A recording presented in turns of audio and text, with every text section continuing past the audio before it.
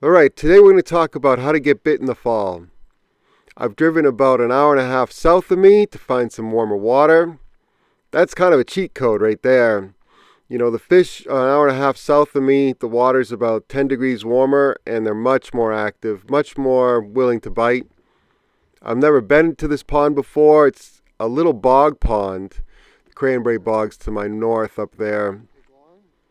There's a little bit of water draining back into the pond, and this is my very first cast into this pond. I'm fishing a little Z-Man Shad Fryz on a 1/13 ounce jighead, and I pulled up a perch. He popped off. That's okay. That was my very first cast at a brand new pond, and this is going to work out great. You know, a little bog pond like this is a great place to hide from the wind. I've got bright blue skies.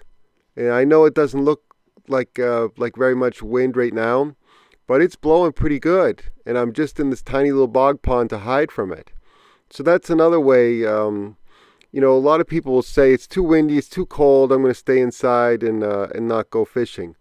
But if you just switch things around a little bit, maybe fish for panfish instead of bass, maybe end up at one of these little ponds on the side of the road, you can do pretty well, as long as you're not too picky about what you catch. Now, panfish, they will bite in most conditions.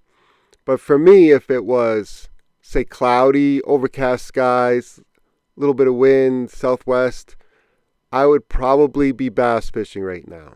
I'd probably skip the panfish because I feel like the bass will bite better under those conditions.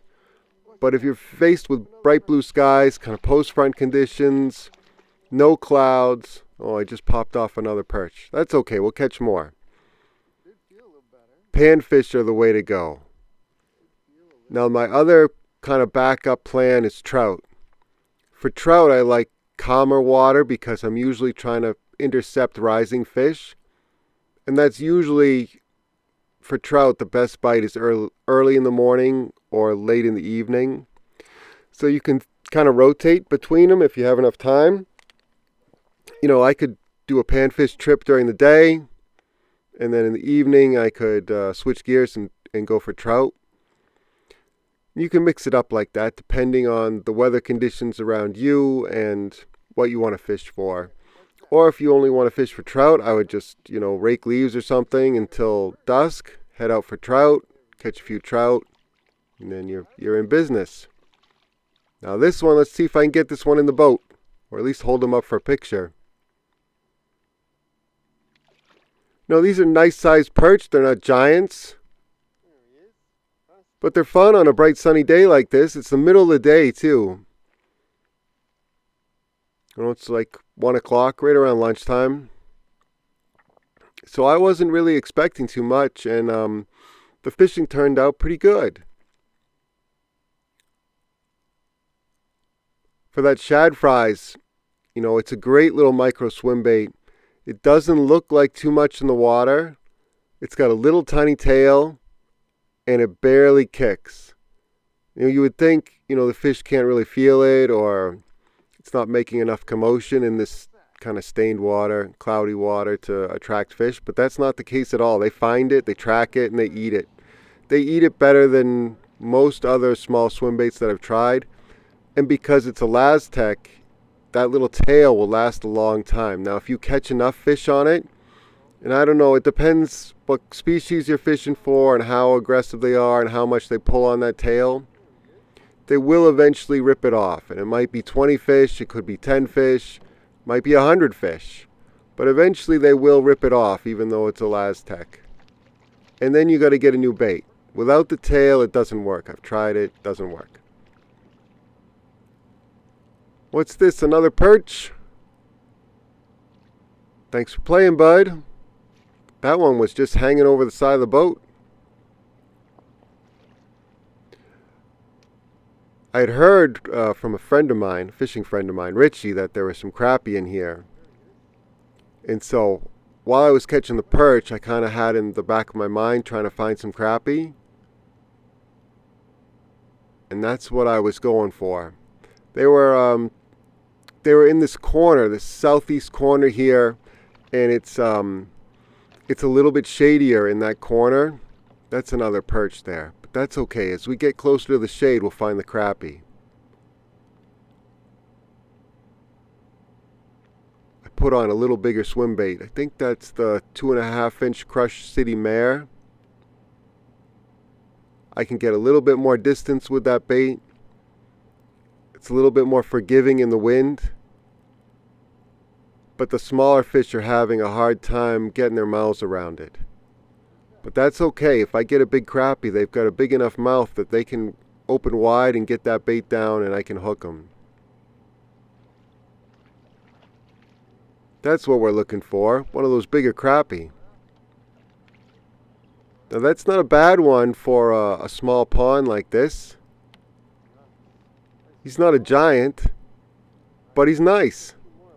Nice and tall, thick. Thanks for playing, bud.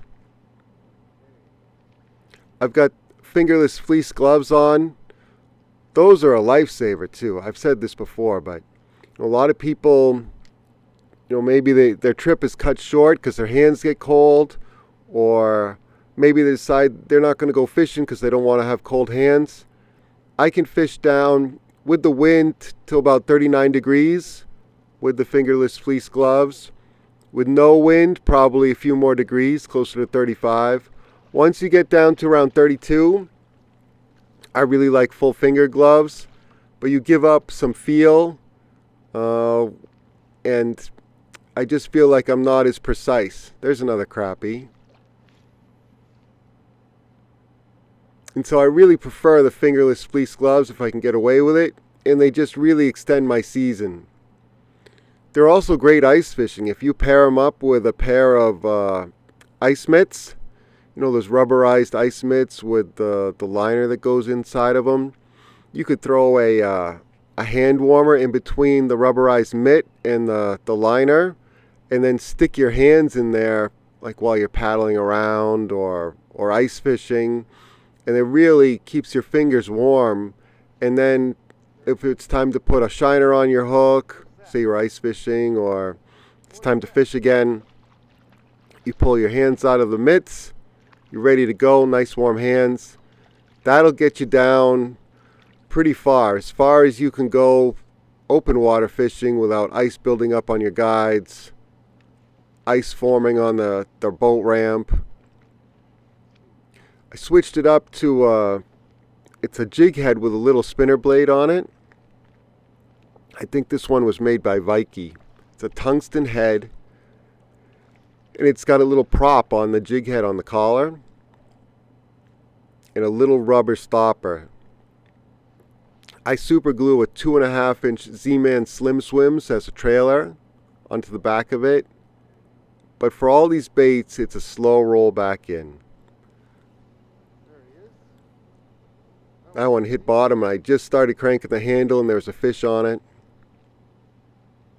But for all these retrieves, all these swim baits I'm throwing in the middle of the day, it's the same slow roll. You cast out, let it hit bottom, and then it's just a slow roll back in.